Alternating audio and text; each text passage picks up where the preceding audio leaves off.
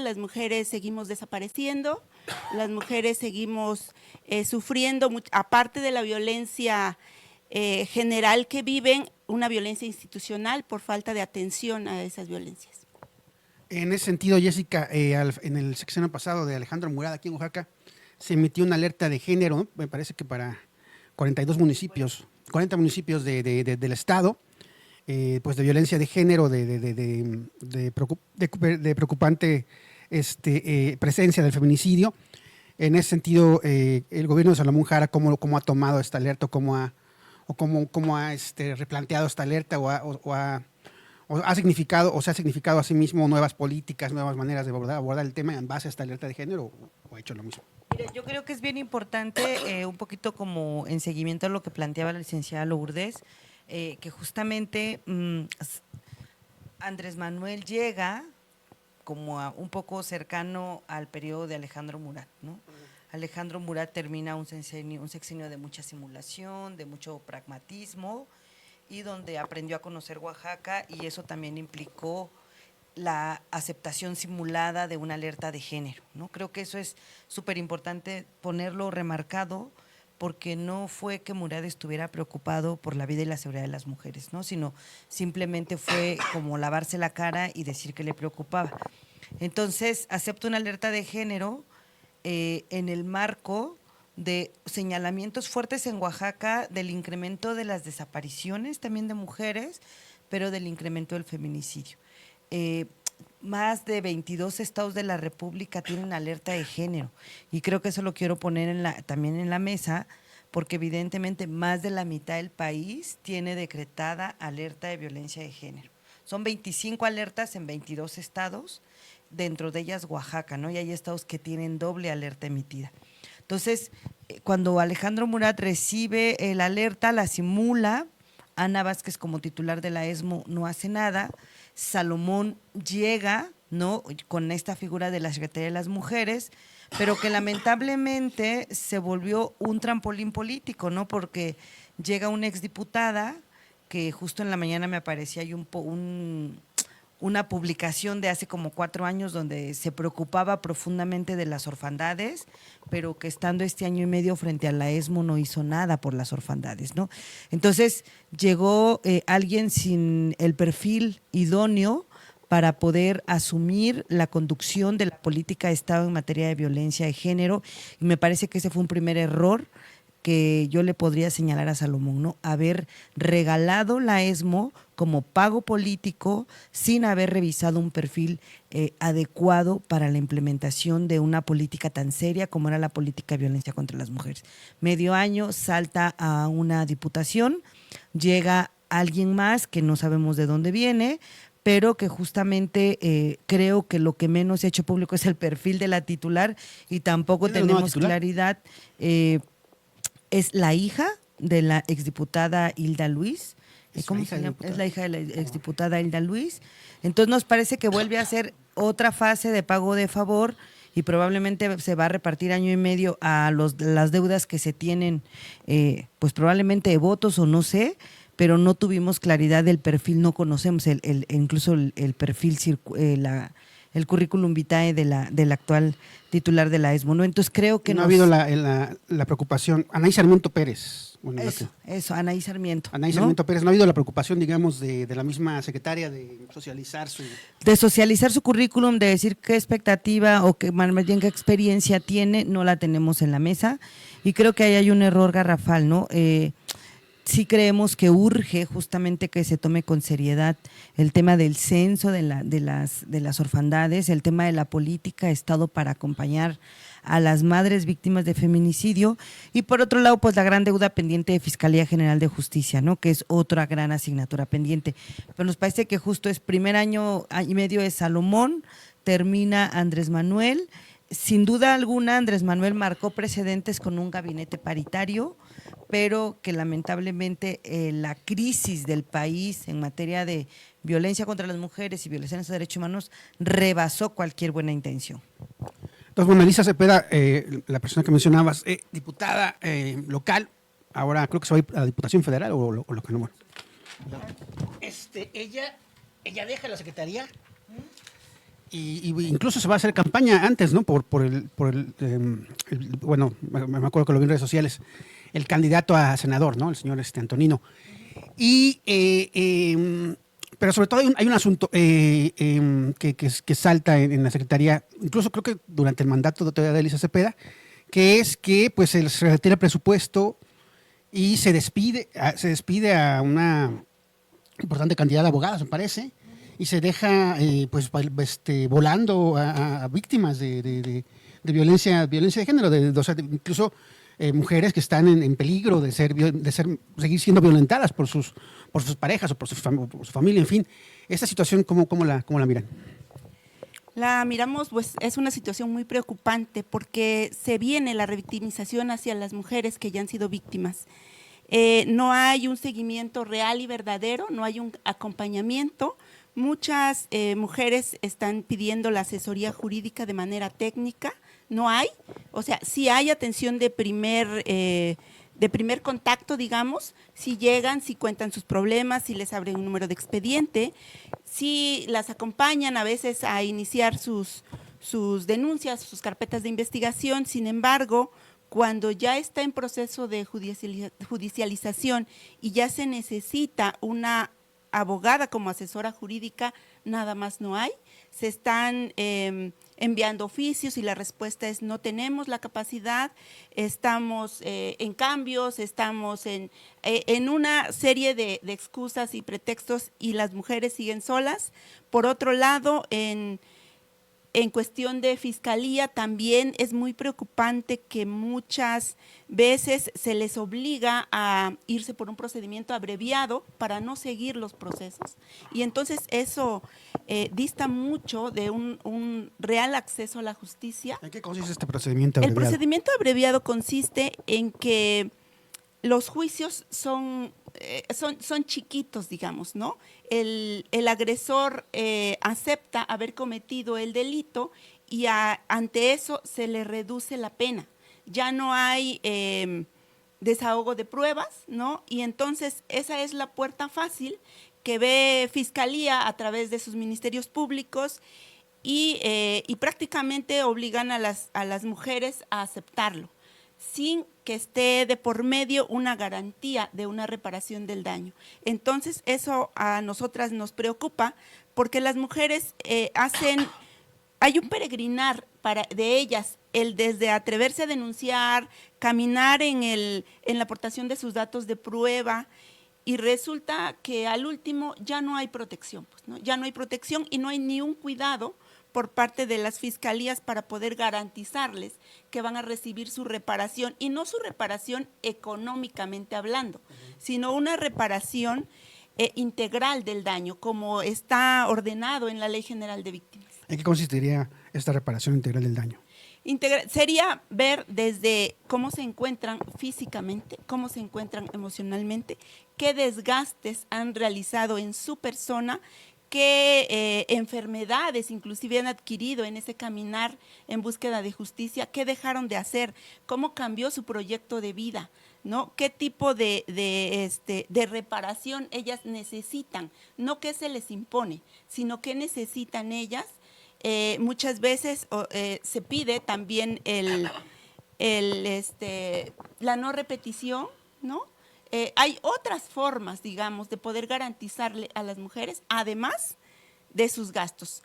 Y realmente, irónicamente, lo que a la autoridad le preocupa es cuánto gastaste en pasajes y cuántas terapias te dijo la psicóloga que te atendió que debes tomar. En eso estriba la reparación del daño que las autoridades ofrecen. Entonces, eso es lo grave para las personas que se atreven a denunciar. Y además ha habido una reducción de presupuesto a la Secretaría de la Mujer, ¿no? Ha habido como una reducción presupuestal y que se ha ido también por ese sentido. En ese sentido, ¿cómo resignificar el tablero si el gobierno está mostrando estas señales pues de desinterés, de atajar caminos, de no llamar a las cosas por su nombre? ¿Qué viene para las organizaciones defensoras, ¿no? Abocadas también principalmente a los derechos de las mujeres. Pues ¿cómo pinta el panorama?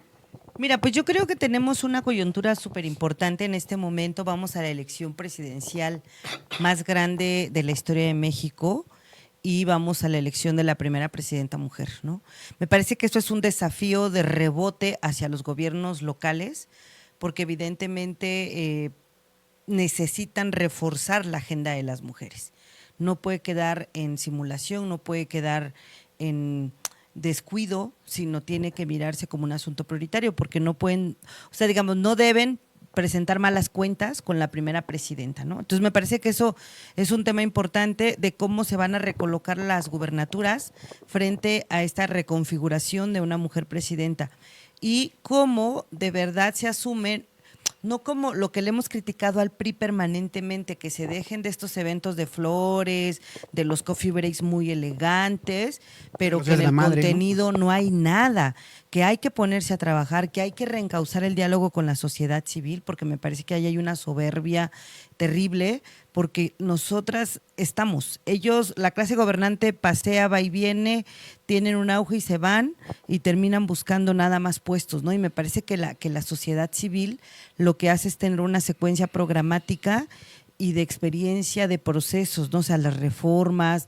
las fallas que ha tenido Fiscalía, la elaboración de protocolos, el cómo acompañar a las víctimas, también hemos acumulado experiencia en ese sentido, pero pareciera que la idea es abrir la curva de aprendizaje y ya cuando saben ya acabó su trienio, su sexenio, ¿no? Entonces nos parece que no es lo mismo improvisar que asumir que hay saberes que se pueden compartir por parte de la sociedad civil. Eso por un lado. Y por otro lado nos parece que justamente se tiene que hacer una evaluación general del gabinete.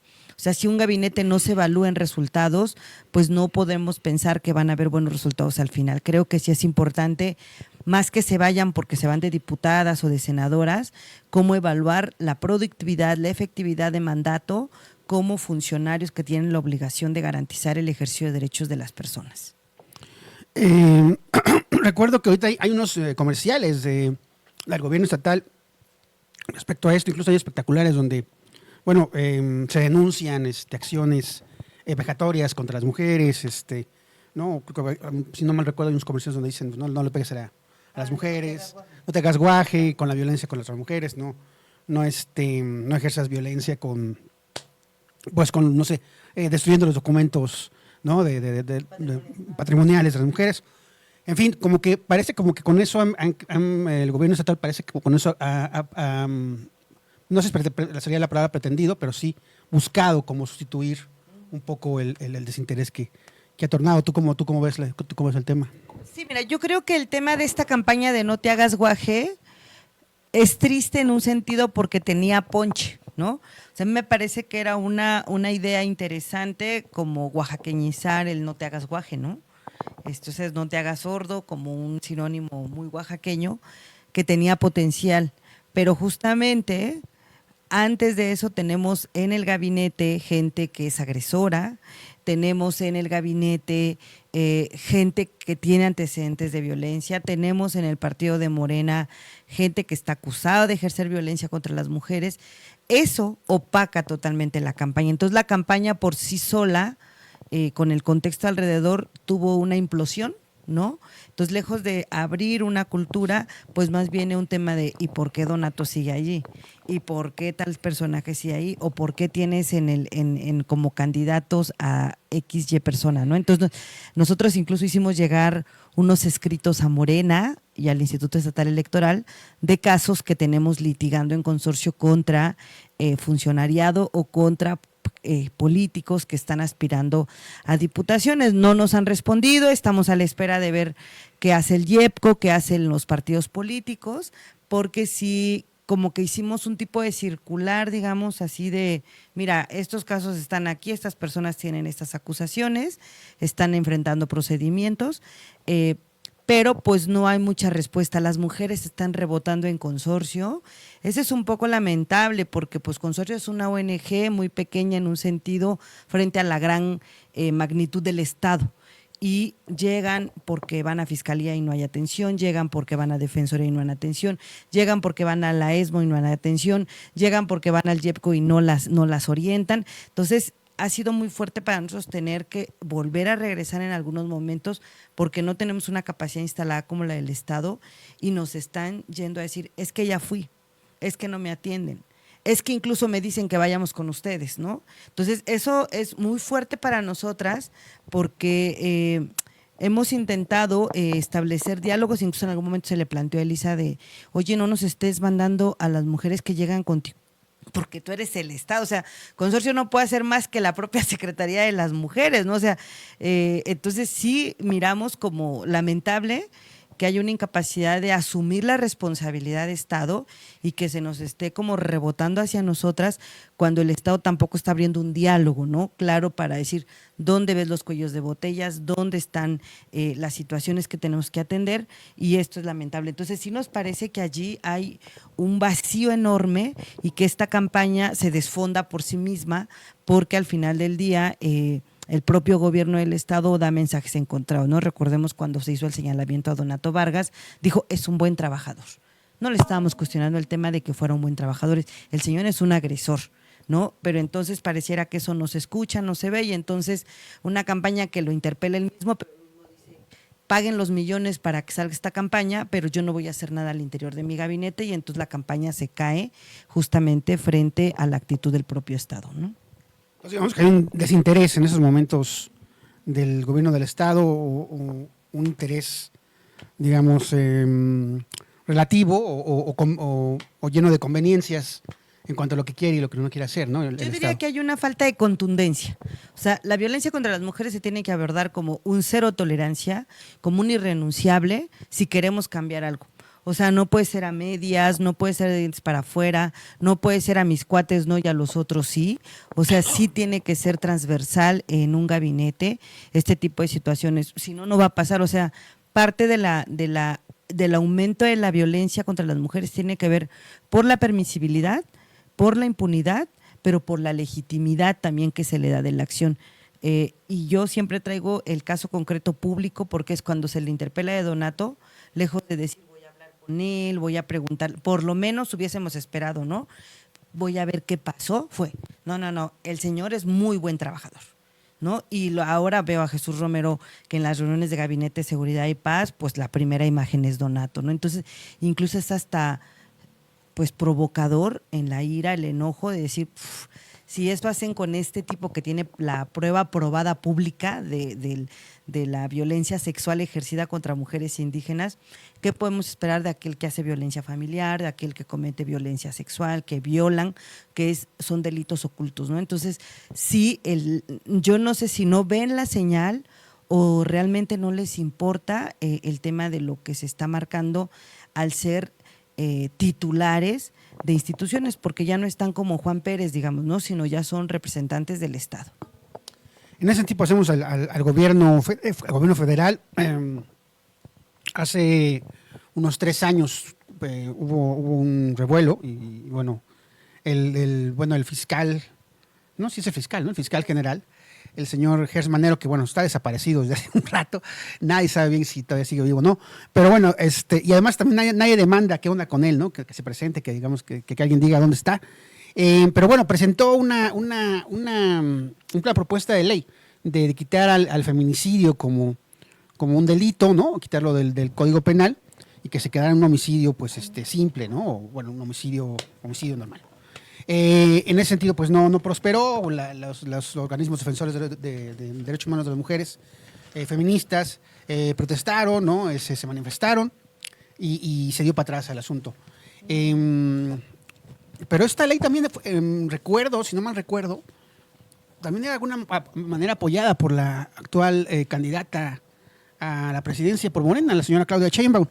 En ese sentido, pues sí, la pregunta, esto que tú dices es muy importante, ¿no? La primera presidenta mujer para este país, que bueno, casi seguro que eso va a pasar. Las encuestas, la lógica nos dice que, bueno, Claudia Sheinbaum es prácticamente la nueva presidenta de México. Pero ¿qué tanto va a cambiar el asunto, aun cuando sea la primera presidenta, aun cuando sea la primera mujer en estas funciones? ¿Qué tanto esta vertiente, ¿no? Esta inercia de negar el feminicidio, de negar la violencia de género, de negar el grave estado en el que se encuentra esta en el país, va a cambiar con una mujer en la presidencia. Y que además es una mujer egresada, que bueno, que se quiera o no, es pues vamos, representante del obradorismo, ¿no? Y ella misma lo ha aceptado así.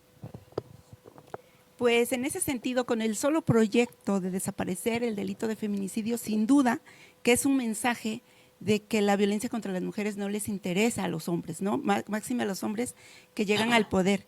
Sin embargo, ahora con la candidata, como feministas, como organizaciones de la sociedad civil, por supuesto, que reiteramos y ratificamos nuestra insistencia en seguir incidiendo para que eso no suceda. El delito de feminicidio tiene que ser sancionado, tiene que mirarse y tiene que investigarse conforme a los estándares. Toda muerte violenta de mujer debe ser investigada como feminicidio. Y en ese sentido, pues, a la nueva presidenta, que llegue, sin duda que estaremos allí pendientes, estaremos ahí insistiendo, estaremos sin bajar la guardia, porque la violencia contra las mujeres no espera.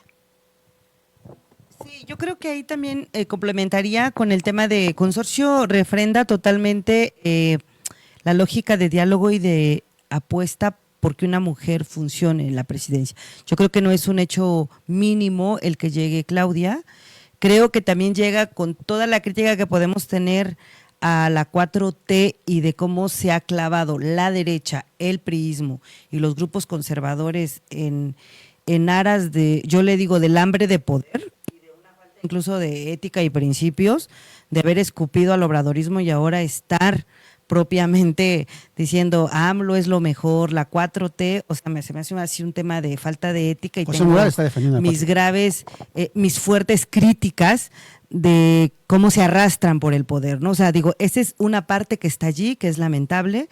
Sin embargo, me parece que Claudia viene de una línea de izquierda que no es cualquier cosa.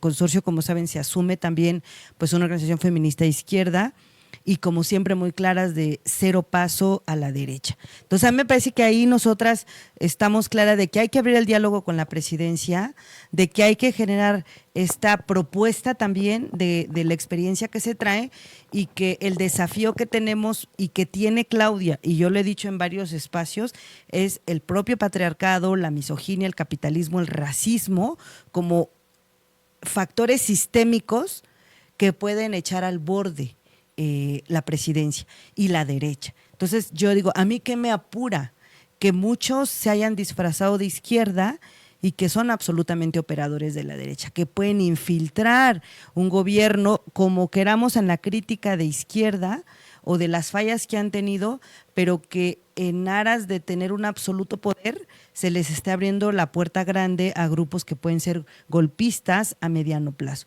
Entonces, yo creo que al mismo gobierno. Al mismo gobierno, evidentemente. O sea, está abriéndose mucha cova y eso me apura porque eso puede minar el gobierno de la primera mujer, ¿no? Entonces, a mí me parece que sí tenemos que estar como muy claros totalmente de dónde estamos parados en este momento y mirar a México en una lógica de región Latinoamérica, ¿no? O sea, no es cosa menor que, digo, no somos el primer país, por supuesto, ya vamos tarde al tema de una mujer presidenta, pero no quiere decir que no sea importante. Y ahí me parece que es para nosotras como organización feminista que le hemos apostado y peleado con los dientes el tema de paridad, el tema de participación política, que le toca el poder a las mujeres, nos llena de mucha alegría que tengamos a la mujer presidenta.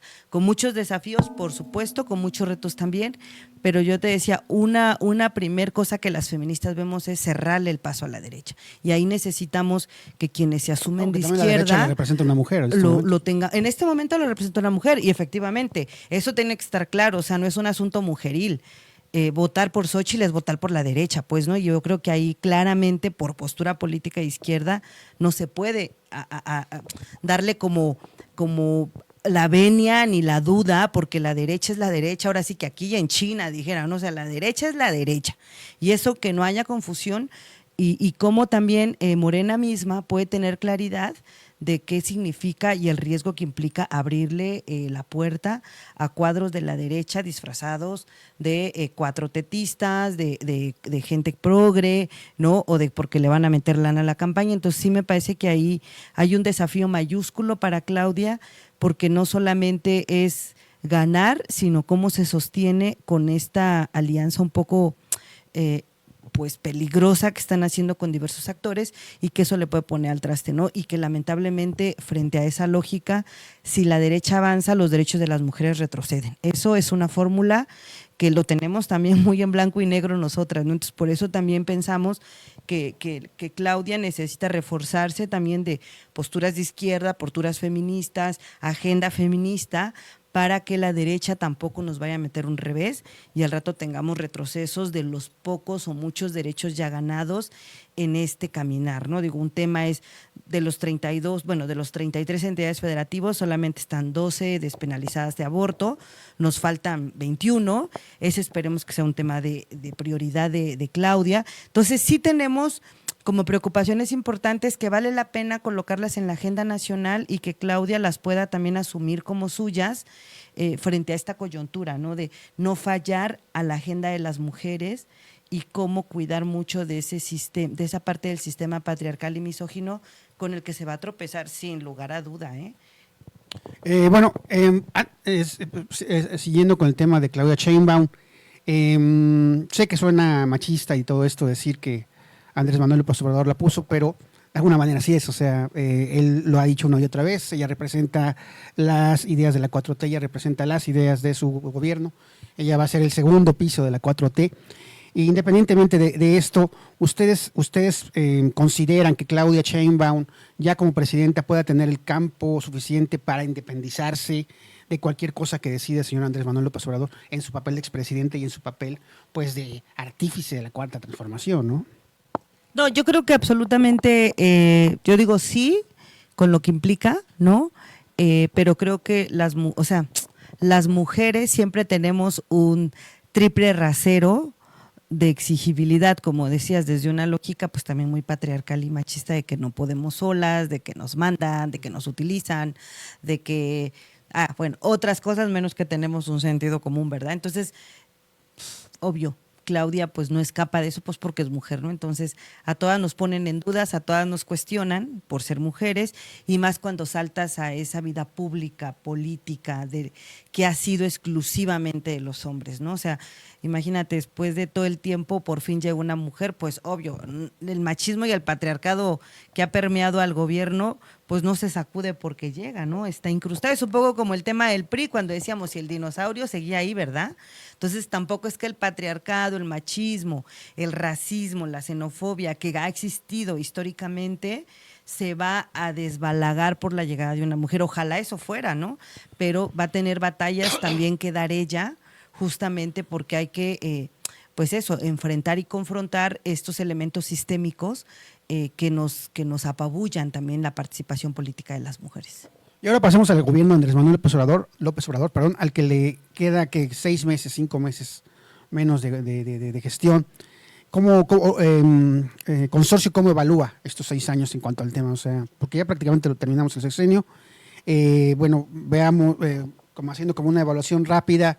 Bueno, llegaron justo cuando surge la pandemia, cuando todos nos tenemos que ir a nuestras casas, porque no surge esto de que nos contagiamos, nos podemos morir.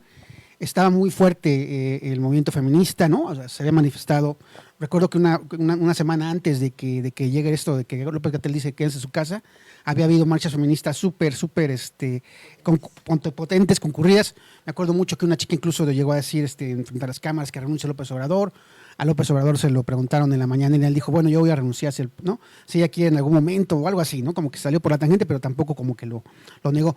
Después, pues ha habido, pues eso hay que decirlo, ha habido hacia el interior del obradorismo y del gobierno, pues gente muy agresiva con el feminismo, como el señor Fisgón, que ha hecho caricaturas poniendo a las feministas como gente de las cavernas, ¿no? Es decir, hay una ala muy dura del mismo obradorismo hacia el feminismo, hacia las exigencias del feminismo. En ese sentido, y además también ha habido pues desencuentros, pues, ¿no? Las mismas cifras de violencia pues no han disminuido, ¿no? Se han negado, como lo hemos comentado aquí en esta emisión anteriormente, se han negado hacia el exterior, incluso hacia el interior, o sea, se han negado los números de feminicidios, en general en cuestión de violencia, pues se han reescrito el número de desaparecidos, ¿no? O sea, de repente una persona que era la comisionada para contar los desaparecidos, pues reportó una cantidad increíble y el operador dijo, no, pues ¿cómo va a ser eso? Eso no es posible.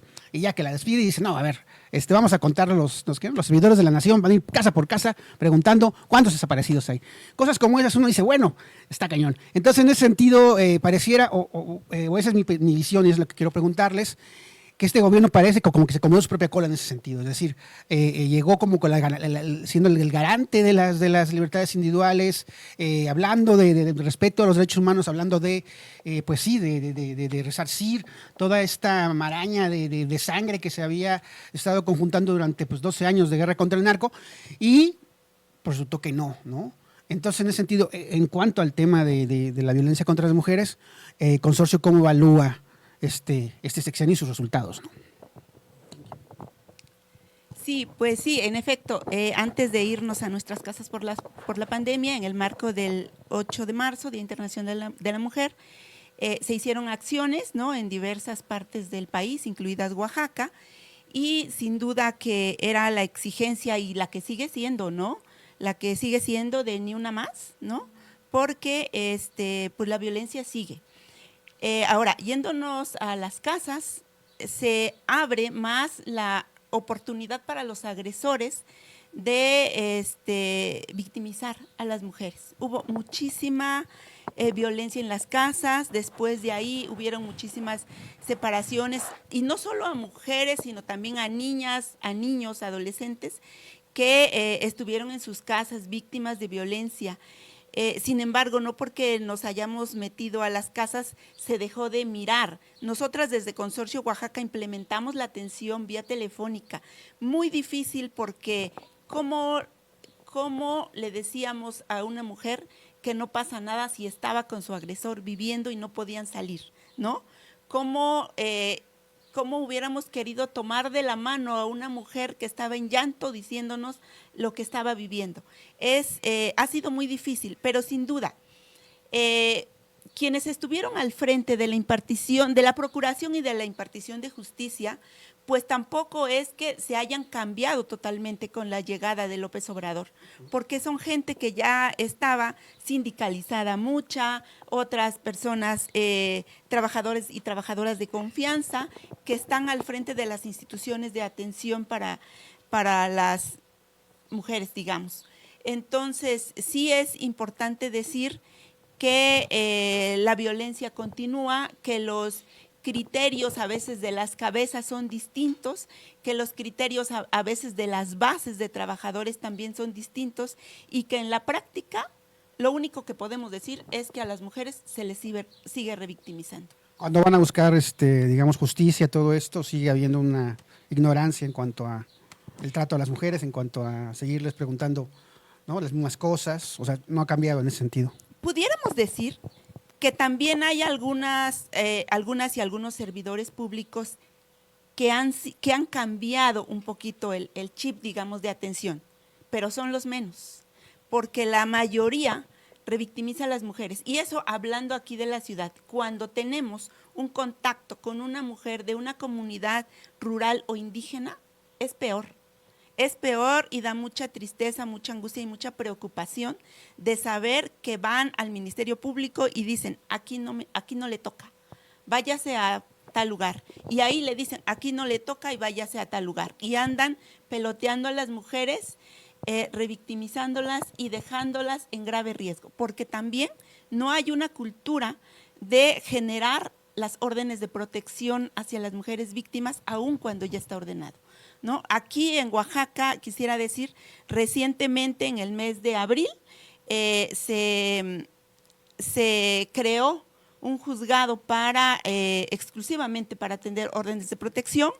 Esperemos que con eso ayude un tanto a las mujeres, esperemos que también eso no obstruya a que cualquier autoridad, como dice la ley, en el ámbito de sus competencias, en cuanto o inmediatamente se enteren de que una mujer se encuentra en situación de violencia, ordenen una orden de protección que les ayude, pero una orden de protección eficaz y no solamente el rondín de la policía y darles el número telefónico por si les pasa algo, porque ese les pasa algo lleva incluida la vida de las mujeres. Entonces, sí ha cambiado en parte y en parte también hay muchísimo que hacer también. Ok, ¿quieres contar? Sí, yo creo que también fue bien importante cómo creo que en México el movimiento que está absolutamente marcando exigibilidad de la agenda es el feminismo y los derechos de las mujeres. O sea, creo que los movimientos varios están ahí, pero el más abiertamente visible es el feminismo y tiene mucho rato, bueno, no mucho rato, decíamos, ayer justamente hablábamos con unas compañeras, 15 años, 18 años, que el feminismo empezó a tomar las calles de una manera más grande, ¿no? Recordemos que traemos toda la parte latinoamericana de Ni Una Más, ¿no? Y después la ola de la marea verde, entonces, y que ha ido encrechando, ¿no? Y que México, pues por supuesto que recibió y ha actuado en consecuencia de esa movilidad social y no solamente en las calles, ¿sabes? Yo creo que el feminismo ha sido de los movimientos que hemos estado picando piedra en la incidencia, en la parte legislativa, en la parte internacional. Varios procesos, movimientos han sido con las mujeres, ¿no? Entonces me parece que justo algo importante es cómo refrendan las mujeres que están en los gabinetes que no llegaron ahí por obra y gracia del Espíritu Santo, pues, ¿no? Que ha sido lucha de muchos años de las mujeres feministas, el decir el poder a las mujeres, presupuestos, no lo hemos logrado al 100%, pero sí que se les olvida y entonces pareciera que llegan ahí y ahí empieza a escribir la historia, ¿no? Y creo que efectivamente Andrés ha podido recibir algunas cosas, pero no ha salido del 100% bien. O sea, algo importante que pasó en este sexenio fue la aprobación del Protocolo Nacional para la Atención de Niñas y Niños en Situación de Orfandad por feminicidio. Lamentable, o sea, eso fue una cosa muy buena, lamentablemente no se implementó, ¿no? Hay un registro que existe, pero no hay el programa de atención. Entonces, creo que todavía se quedó corta la apuesta, ¿no? Te decía hace rato, 33 entidades, 12 despenalizadas de aborto, se da un poco de señal, pero no se es contundente. En el tema de la paridad, igual, ¿no? O sea, se avanza un poco, pero no con una contundencia fuerte, ¿no? Por ejemplo, Oaxaca nos quedó a deber, la gobernadora presidenta. Entonces, en ciertas, o sea, como que es un ir y venir, yo creo que no es blanco y negro, pero también la complejidad de lo que dejaron los gobiernos anteriores, o sea, no es justificación, pero sí creo que en progresividad, por ejemplo, la barbaridad que hizo Felipe Calderón de abrir una guerra contra el crimen organizado sin haber evaluado absolutamente el daño colateral que iba a hacer y sacar el ejército a las calles sabiendo que el ejército está entrenado para ataques letales, eso fue una torpeza total que seguimos pagando, porque él fue el que sacó el ejército a la calle y ahora es el paladín de la lucha antimilitarista, cuando el primero en abrir la puerta del ejército a las calles fue él, en una absurdez total, ¿no?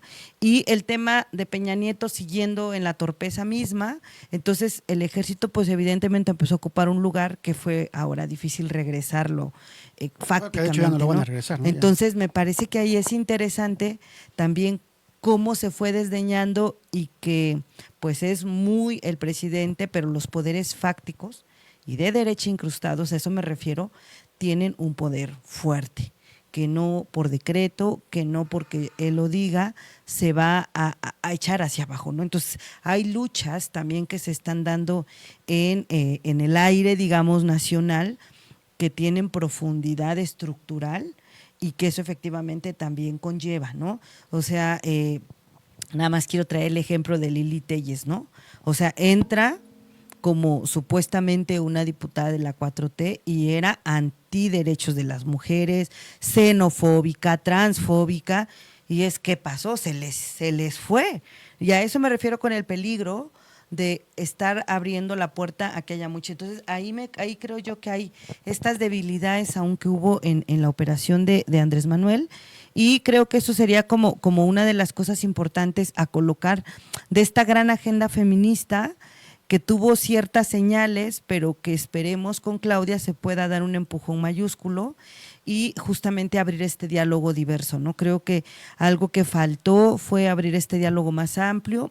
Evidentemente los movimientos son diversos y complejos, pero el tema es que se cerró también con ciertos sectores del feminismo, con ciertas referencias, pues el diálogo, y eso tampoco ayudó mucho para abrazar un poco las posiciones de rabia y enojo por los feminicidios, por las desapariciones, por, como decía Lulu, toda la injusticia en el sistema de procuración de justicia para las mujeres. Ok, bueno, ¿ustedes creen que Andrés Manuel López Obrador, como él mismo lo ha dicho, es el presidente más feminista de la historia? No, no es cierto, es una broma de mi parte, pero no, finalmente, hablando del tema del feminismo, ¿no? Ya para ir terminando, el feminismo sigue y seguirá, como tú lo has dicho, ¿no? Causando ámpula, moviendo cosas. ¿Ustedes cómo ven este asunto de que los mueven Soros nos mueven a las feministas y que las feministas están pues sí, que es un movimiento del capitalismo brutal para dividir a las familias o para dividir a los individuos que viven muy sanos en sus casas? No, yo creo que esa es una posición absolutamente derechista, y a que eso me refería al inicio, ¿no? O sea, justamente la única posición de izquierda que no va a transitar con la posición de la derecha son las feministas. O sea, eso a mí me queda clarísimo, tanto que me llamo Jessica, pues, ¿no? O sea, totalmente somos la única posición que no va a transitar, y evidentemente nos van a empezar a golpear, ¿no? ¿Por qué? Porque efectivamente la derecha sí tiembla cuando el feminismo se moviliza.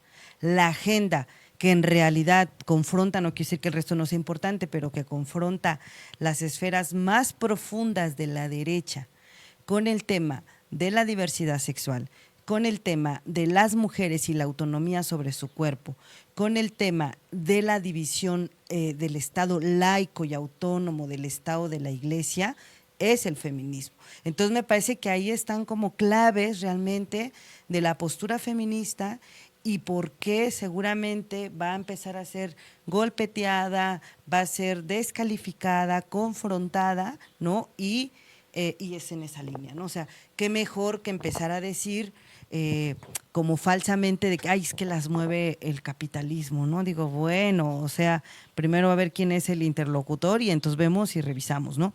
Pero sí creo que efectivamente una de las posiciones más claras y precisas frente a este escenario nacional, donde te decía, de chile mole y tal, y de repente ya están por acá y te brinca por acá, y de repente ya ves en la curul, supuestamente en un partido de izquierda, a gente súper conservadora, ¿no? O que piensan que porque se ponen el pañuelo morado ya se dicen feministas. Pregúntales sobre aborto y vas a ver que ahí se echan para atrás, ¿no? O pregúntales del Estado laico. Entonces tenemos también claves importantes de gobernanza en los irrenunciables feministas, que efectivamente marcan esta probable descalificación y movilización de acción de mermar esta fuerza política que es el feminismo. Y las divisiones hacia el interior del mismo feminismo, ¿ustedes cómo las ven de repente? Mira, yo creo que son expresiones diferenciadas, y yo digo, vivan las expresiones diferenciadas. No somos una bola, no somos una masa, somos pensantes, somos críticas y bienvenidas. O sea, tantos feminismos puedan haber, porque a mí me parece que algo importante es, todas las feministas tenemos claras para dónde vamos. De manera diferente, de maneras, formas y modos diferentes, pero el horizonte todos los tenemos claro: que caiga el patriarcado, que caiga la xenofobia, que caiga el racismo, y ahí, si tú nos pones a diversas expresiones, todas vamos a decir, sí, todas vamos para allá. Entonces ahí no hay diferencia. Entonces a mí me parece que viva el feminismo en esta diversidad, en esta complejidad también de escucha crítica, y que efectivamente no estamos buscando ser hermanitas de la mano y tal, sino compañeras de propuesta política y que tenemos claro el horizonte y que ahí vamos todas las feministas. Oaxaca fue ejemplo claro cuando despenalizamos el aborto, ¿no? Que éramos diferentes, cada uno en su estrategia, pero dijimos, todas queremos la despenalización, sí, vámonos para allá. Y así es el feminismo, el horizonte lo tenemos preciso, claro, y la diferencia es bienvenida siempre. Qué bueno que mencionas eso, porque ya para terminar, ¿el 2017 fue esto? 2018. 19, perdón. ¿Cómo está esa situación ahorita? O sea, ¿cómo hay atención a mujeres para que aborten con métodos seguros realmente? Realmente, o sea, el Estado tomó responsabilidad de esta ley que se dio, bueno, que se votó y se hizo buena. ¿Qué ha pasado? No, en realidad el Estado siempre nos sigue debiendo, en todos los sentidos. Y en este sentido, tratándose del tema del aborto, pues falta mucho principalmente por los objetores de conciencia, que sin duda hay en el ramo de la medicina, pero que también como instituciones médicas no se han puesto las pilas.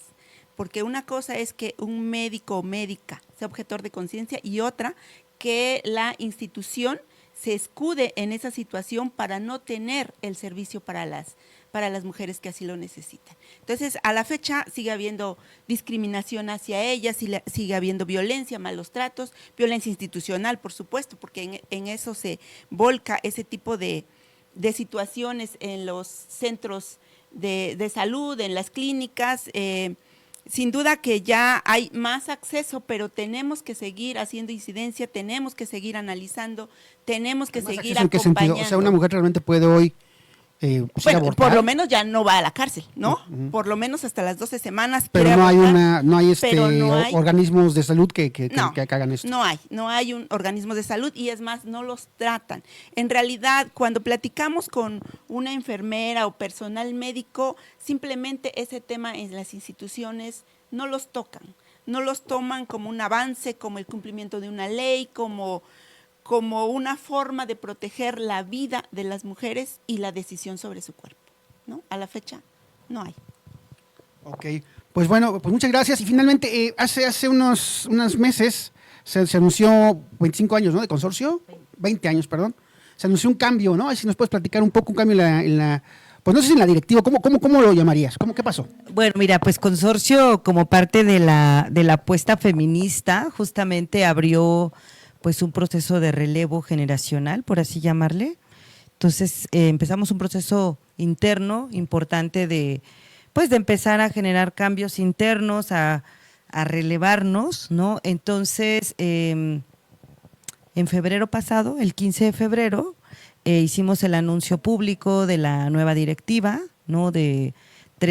Saltamos de la figura de la dirección de la directiva a la dirección colegiada, ¿no? Entonces, en esta dirección colegiada actualmente estamos Nayeli Tello, Elizabeth Mosqueda y pues su servidora Jessica Sánchez, como parte del nuevo equipo que tiene a cargo, digamos, la responsabilidad del caminar de Consorcio Oaxaca. Entonces, después de 19 años, digamos, pues se hace el relevo, al 20 exactamente ya sale nuestra compañera fundadora Ana María Hernández y Pilar Muriedas, que se va un año anterior, justamente sabiendo que hay que desde las feministas cerrar ciclos, dejar legado, dar continuidad a los diálogos intergeneracionales. O sea, también en Consorcio ahorita hay un equipo pues bastante joven, unas no tantas, por supuesto, pero sí tenemos un 30% de juventudes en Consorcio, que justamente la idea es empujar para que pues sea una organización viva, que no fuera una organización que tuviera solamente como una identidad personal, sino como una identidad colectiva, y seguir apostándole al tema de cómo pervive una organización como Consorcio a largo plazo, de cara a abrir los procesos de relevo, los procesos de conducción, y que en cierto sentido pueda también marcar el que las fundadoras se vayan o no estén, se genere que ya no existan, ¿no? Como ha sucedido en otros espacios de cuando el fundador, la fundadora muere o se enferma, simplemente las organizaciones ya no saben para dónde ir, ¿no? Entonces estamos en este ejercicio justamente también de seguir construyendo movimiento desde nosotras mismas y de seguir abriendo este precedente de relevos generacionales. Finalmente, ¿qué vienen esas luchas del feminismo, de ir contra la violencia de género? de los feminicidios, sobre todo porque estamos pues en una época ya muy violenta, bueno, siempre desde hace un rato, ¿no? Pero en estos momentos, bueno, vamos, hay una violencia que no se puede negar, aunque bueno, que el gobierno pueda hacerlo, pero la realidad nos dice otra cosa. En ese sentido, pues siempre que la violencia se incrementa, pues sí, los primeros, y sobre todo que los grupos de criminales, los grupos del crimen organizado se enseñorean, pues las primeras víctimas son las mujeres, ¿no? Lo sabemos por qué, porque bueno, la trata de mujeres, ¿no? La explotación, la violación, la desaparición, el asesinato. En ese sentido, pues lo que viene, ¿qué luchas plantea? Bueno, mira, pues justamente en este marco y siguiendo un poco compartiéndoles las reflexiones de consorcio, una primer cosa que abrimos, que ya lo veníamos haciendo, pero que lo nombramos como más claramente, fue asentar la acción feminista para impactar en otros movimientos, el tema de la construcción de paz, que sí la veníamos haciendo como un programa, pero se vuelve eje transversal, el asunto del buen vivir, también retomando todo lo puesto en la mesa por las compañeras de Latinoamérica y el sur de América, sobre cómo resignificar y reconciliar las mujeres, la vida, la tierra, territorio y la naturaleza y los bienes comunes en el marco del buen vivir colectivo, ¿no? Y posteriormente un elemento más que pusimos pues justamente fue cómo colocar en nuestras poblaciones con las que vamos a trabajar en adelante a las infancias, niñeces y adolescentes, que no era hace 20 años no era un punto focal. Hace por lo menos 10 años lo empezamos a hacer, pero lo reafirmamos absolutamente bien el año pasado, ¿verdad? Que tuvimos discusiones internas estratégicas de cómo también entrarle a esta parte. Seguimos trabajando todo el tema del derecho de las mujeres a una vida libre de violencia, el tema de fortalecimiento de los derechos de las juventudes. Tenemos alta preocupación también por la situación que atraviesan las juventudes y Consorcio tenía un programa, tenía un eje y ahora se volvió un programa totalmente, el de acompañamiento a mujeres defensoras, que se mantiene como un programa que ya venía. Entonces, eso, como que vimos que era importante también el reforzar el tejido social, ¿no? Y que tendríamos también replantearnos mucho hasta dónde está llegando la apertura del Estado mismo, y entonces también hay como un tema de sí, el Estado tiene que ser un actor importante, pero no el prioritario. Vamos a reacomodar un poco toda esta parte con las mujeres, con las defensoras, con las juventudes y niñeces, justamente como la población a la que hay que fortalecer frente a esta gran crisis, digamos, crisis climática, crisis de violencia. Entonces se requieren tejidos y redes un poco más fuertes. Entonces ahí vemos que está la apuesta fundamental en este momento.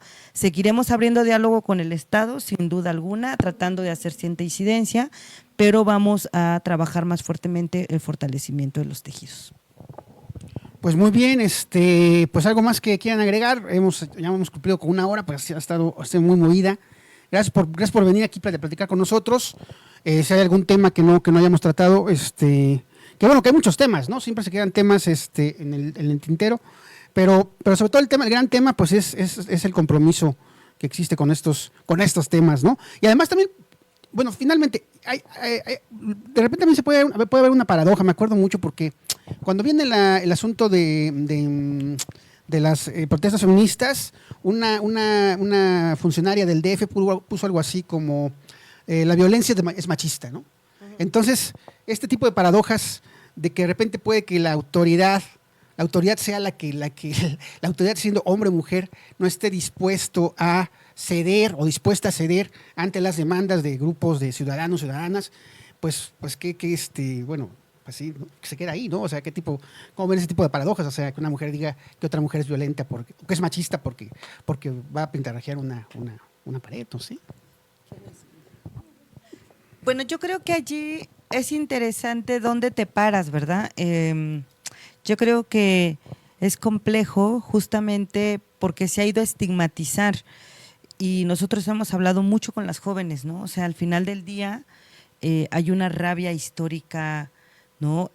Quienes también están pintando, vemos quienes vamos y hacemos una protesta fuera de casa presidencial o fuera de la casa de gobierno, pero hay quien decide ir a pintar, ¿no? A poner un grafiti. Y tiene que ver con esa rabia, o sea, el ver a las madres desgarradas, que no encuentran a sus hijos, el ver a una niña violada y que las autoridades no hacen nada, es la rabia, es la indignación, ¿no?, la que moviliza. Y yo digo, es más bien pregunta por qué o qué no estoy haciendo bien como funcionariado antes de hacer el reproche, porque ellos están en un lugar cómodo, ¿no?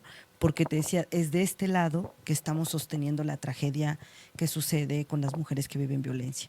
Entonces, sin lugar a duda, quien está allí haciendo graffiti, pintando las paredes, tiene que ver con alguien que seguramente ya acompañó a una madre que se quedó sin su hija, a una madre que no tiene su hijo o su hija y están desaparecidos, o acompañó cantidad de mujeres que son violentadas, ¿no? Por decir 3 ejemplos de tipos de violencia, pero hay cantidad. Diario están sucediendo violaciones sexuales, diario están sucediendo agresiones.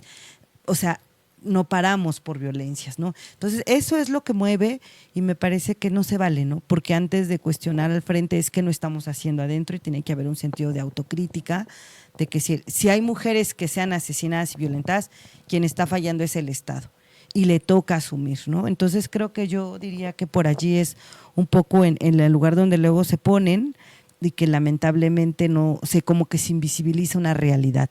O sea, la movilización feminista no es solamente en Oaxaca, es una movilización latinoamericana, internacional, incluso global. Entonces, creo que eso es importante mirar, que tal vez esa funcionario o funcionario va a estar un mes, medio año, 3 años, año y medio en lo que se va a campaña y se mueve. Pero la sociedad en sí sigue resistiendo y recibiendo el impacto de esa violencia y impunidad incontrolable por parte del Estado. Sí, sobre todo porque a veces hay una respuesta por parte del Estado, no sé, en Coahuila, me parece, un Saltillo, donde pues arrestaron a chicas, ¿no? Las Zacatecas las golpearon, las arrestaron, incluso las persiguieron. Entonces también tenemos un Estado pues que está como un poco, un Estado, bueno, el Estado, también hablamos de cada Estado de la República, ¿no? Cooptado también por ya rebasado en su misma corrupción, y pues que de repente unas chicas que van y rayan las paredes pues los enervan y son capaces de hacer pues las peores de las represiones, ¿no? Entonces, en ese sentido, ustedes como organizaciones de derechos humanos van a estar, pues yo creo que pendientes de esas cosas, ¿no? De que estas reacciones no del Estado, pues, bueno, tuvimos, no fue un asunto feminista, pero tuvimos hace 2 meses pues una manifestación contra la gentrificación y hubo 6 personas en la cárcel. O sea, hablamos de que del Estado de repente, no, ojalá que sea de repente, pero parece que también en general los gobiernos empiezan a tener un talante pues autoritario, represor, y que vámonos a las primeras de cambio, vámonos a la cárcel todos, ¿no? Y todas. Sí, yo espero que las cárceles no les van a alcanzar para encarcelar a tanta gente, ¿no? Más bien es que se pongan las pilas, que revisen sus agendas, que revisen la efectividad de su funcionariado. Y yo he dicho, el que no sirve que se vaya, que busque otro trabajo, pero no se vale improvisar ni venir a aprender a costa de la gente o del erario público. Eso por un lado. Y por otro lado, efectivamente, me parece que la crisis de derechos humanos, la crisis climática, la crisis que tenemos permanentemente ya en países como México, tiene más polarizadas las posiciones, y quien tiene que jugar un rol de concertación, de diálogo, es el Estado. Y el Estado no se puede volver una parte agresiva, al contrario, tiene que abrir los canales de diálogo, de interlocución, justamente para resolver situaciones que están a su mano resolver. Entonces, efectivamente, creo que parte del Estado misógino, patriarcal, machista, muchas veces piensa que con golpes, con encarcelamiento, ¿cómo lo va a resolver? Estamos en una 4T, como le llaman ellos, y no pueden tomarse, digamos, como las atribuciones de que lo resuelvan como lo hacía el PRI. O sea, episodios del PRI, son muchos los que tenemos, del abuso excesivo de la fuerza, del uso de cuerpos policíacos, del uso del sistema de justicia, y que estos gobiernos de Morena no se lo pueden permitir. O sea, no se pueden equivocar, porque pues ya ven cómo terminó el PRI, entonces también hay que echar las barbas a remojar. Pues sí, estamos en un tiempo pues complicado, pero pues en que hay que entrarle también, porque no queda de otra, y además tampoco estamos en otro lugar que no sea este. Pues muchas gracias, Jessica, muchas gracias, Lourdes. ¿Algo más quieran agregar? No, muchas gracias. Pues gracias por haber estado aquí en abierto, y pues nos vemos, gracias a 3 grados, ¿no? Esta coproducción, y gracias a Multimedios Neuma, Multimedios Neuma, sí, ya lo vi aquí. bueno, si lo estoy diciendo bien, sí, ¿verdad? Multimedios Neuma, pues que básicamente son sus instalaciones donde estamos, ellos están haciendo esta chamba de permitirnos llegar hasta ustedes, les agradecemos en el alma eso, y pues nos seguimos viendo en la próxima emisión, vamos por nuestro noveno abierto, ¿quién lo diría? A lo mejor llegamos, a lo mejor no, ¿quién lo dirá? No sé, gracias, hasta luego.